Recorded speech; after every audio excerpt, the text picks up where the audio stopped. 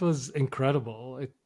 It was a total coincidence. I was working and trying to get out of Syria by any chance. I actually had a different contract to another company where I'd work like a salesperson for a computer company.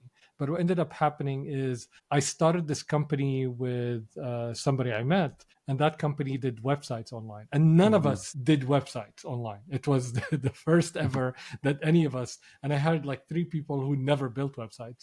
And we ended up building one of the best websites for this company, which is the Disney of the Middle East. And that that company ended up acquiring our team. So basically, they bought out the company, they hired the team, and they gave me a position in Dubai. In Wow. fact, at the moment, they didn't give me. They said, "We'll take you in," and I said, "Listen, I'm going to Dubai. If you want me, you have to give me a position there." And they didn't even have their offices ready there, but they still gave me a position because they didn't want to lose me. So I ended up traveling to Dubai. It was surreal because Dubai was the opposite of everything in Syria. It was highly Mm-hmm. advanced. It's all highways, the latest cars. Cars in Syria were all old. In Dubai, there were all Ferraris, Porsches, and stuff like that. Yeah.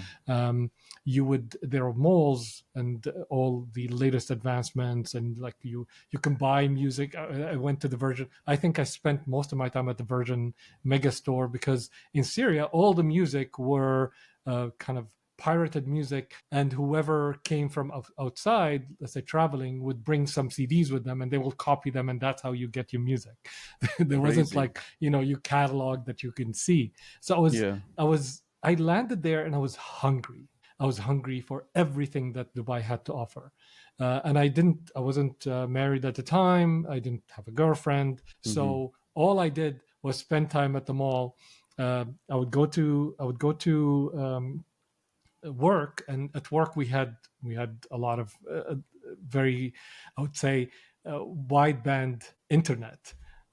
So I spent a lot of time there. I would go there early. I would go there like 7 in the morning and work there until late in the evening, and then I would go to the mall and I would watch 2 movies a day. Because I was Back like, to back. so yeah, exactly, I was so Yeah. hungry for all the experiences I could have. Mm-hmm.